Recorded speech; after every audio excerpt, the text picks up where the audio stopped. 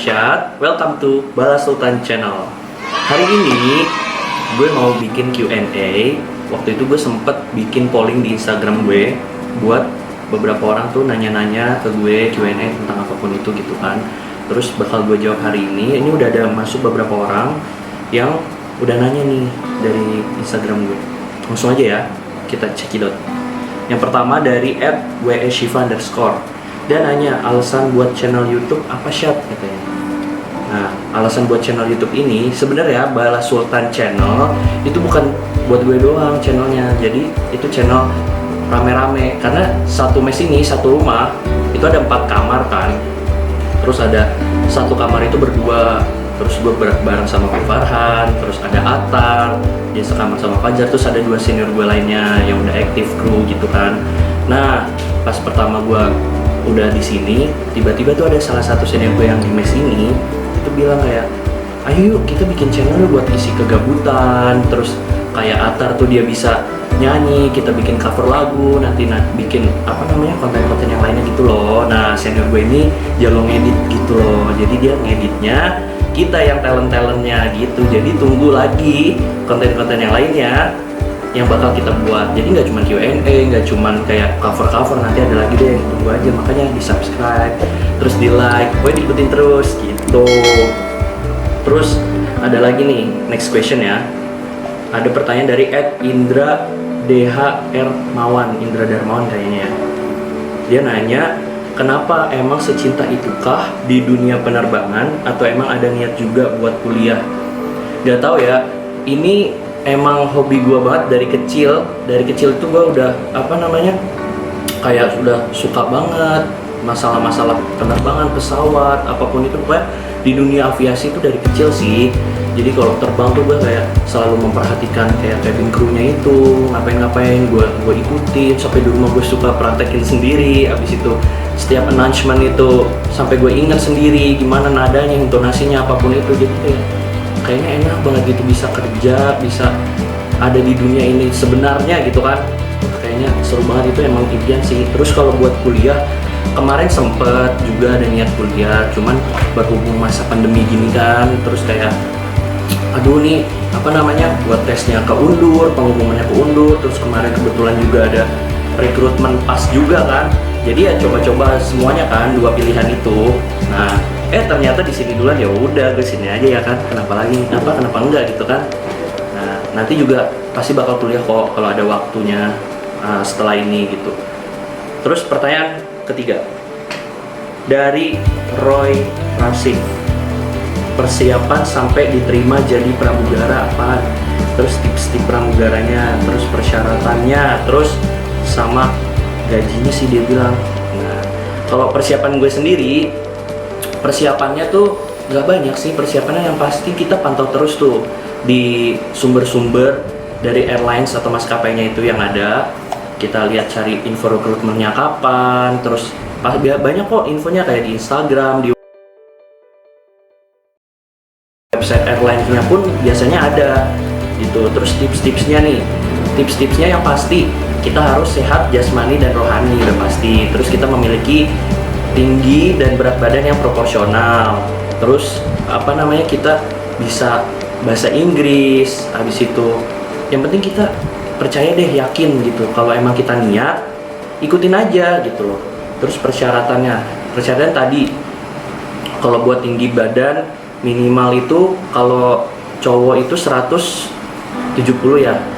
Habis itu kalau berat badan yang proporsional, bisa bahasa Inggris. Terus yang penting kita tuh bisa kalau komunikasi itu masih bisa. Habis itu kita udah minimal 18 tahun, terus sudah lulus SMA, kurang lebih sih kayak gitu yang gue tahu ya. Terus sisanya sih tips-tipsnya itu aja sih, yakin, kita coba aja kalau emang niat, coba aja. Terus kalau gaji itu yang pasti, kalau yang gue tahu sekarang itu gajinya itu ada gaji pokok, gaji jam terbang, sama pata namanya. Nah itu nanti bisa dicari-cari tuh, pokoknya kayak gitu deh kurang lebih ya gambarannya. Soalnya gak begitu ini sih, kalau gue tahu pastinya berapa gue gak tahu. Nah, terus ini dari sahabat gue, pertanyaan yang berikutnya dari Sobriana Ilmi, @Sobriana Ilmi. Gimana sih rasanya udah ada di titik sekarang? Ya Allah, rasanya tuh kayak gak nyangka. Sekarang masih gak nyangka kok. Dulu yang cuman gue apa tuh kayak cuman bisa nggak ya kayak gini, bisa nggak ya cuman wah enak jalan terus gini terus bisa langsung itu. Dan tiba-tiba sekarang gue ada di sini, gue training supaya bakal apa yang gue lihat itu bakal gue juga lakuin gitu loh, ngerti kan? Habis itu ada lagi pertanyaan berikutnya nih dari Fitra Firdaus, ceritain perjuangan jadi pramugara. Nah, gue awalnya lihat pas bulan Maret tahun 2020 kemarin sih, tahun 2020 iseng aja nih buka di Instagram, terus tiba-tiba ada rekrutmen pramugara.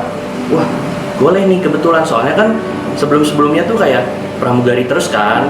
Ya udah, jadi di situ ada linknya, ada emailnya, terus gue langsung isi linknya, masukin berkas-berkas, di-upload. Setelah selisih 2-3 hari gitu, tiba-tiba email masuk nih kalau gue dinyatakan lolos administrasi, berarti berkas-berkas gue memenuhi dong. Nah, ya udah, setelah itu nextnya, tes berikutnya itu ada performance 1, performance 2, tes tinggi berat badan.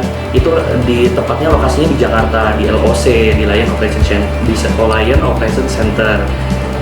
Cuma 3 hari setelah itu akhirnya gue langsung terbang ke Jakarta buat ngikutin tes itu. Bener-bener sebelumnya gue nggak tahu gimana tes itu, terus gimana apa-apa aja ditanya, gue sama sekali nggak pernah tahu kayak gitu, dan nggak pernah terbayangkan buat gue bisa sampai tes di Jakarta kan. Nah ya udah, gue ikutin performance 1, performance 2 sampai tes tinggi berat badan. Di situ langsung diumumin siapa-siapa yang bakal lolos buat tes berikutnya, dan alhamdulillah gue lolos di situ.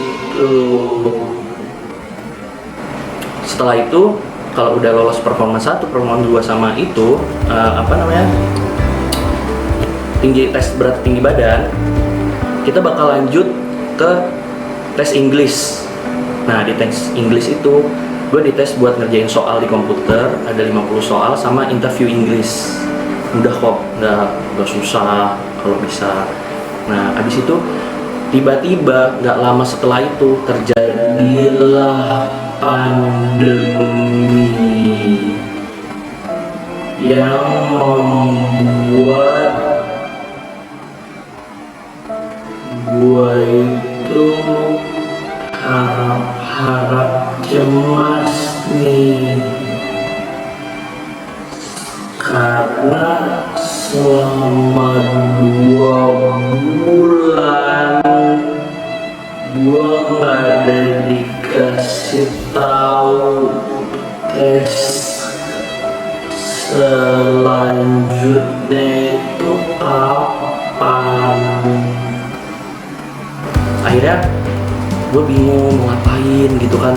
Nah nggak lama itu ada pengumuman buat tes kuliah, gue ikutin lah, soalnya gue kayak aduh ini bakalan lanjut apa enggak nih kelanjutan tesnya ini. Ya udah gue tes kuliah. Setelah udah tes kuliah selesai, gak lama email masuk buat tes lanjutannya kayak psikotes, terus buat interview, terus buat tes pantuhir. Nah di seluruh tesnya itu alhamdulillah gue lanjut bisa pantuhir, pantauan direksi, sampai gue interview buat perusahaan yang berikutnya. Jadi kita udah masuk Lion Group, tapi kita diinterview lagi buat di Batik Air. Alhamdulillah gue bisa diterima sebagai bagian dari keluarga Batik Air. Nah sudah itu kita udah dikasih tahu nih posisi kita bakal dapat di airline mana. Baru di tanggal di bulan kemarin di Agustus awal pertengahan gue masuk di Lion Group Training Center sampai sekarang ini. Gitu perjuangannya banyak lah. Jadi mulai dari yang harap-harap cemas, yang bakal lanjut apa enggak, terus ini kuliah atau gimana. Tapi kalau kuliah kan bisa kapan aja, tapi kesempatan ini itu bagi gua itu kesempatan berharga banget sih. Bakal susah nanti pasti dapetnya kalau kita tinggalin. Kalau kuliah kan masih bisa nanti. Itu kalau gue ya. Terus Ada lagi dari @rahayu_. Dia nanya tips supaya bisa masuk pramugara. Soalnya sepupu aku kepengen masuk pramugara itu tadi. Tips-tipsnya yang penting kita sehat jasmani rohani, tinggi badan, berat badan kita proporsional.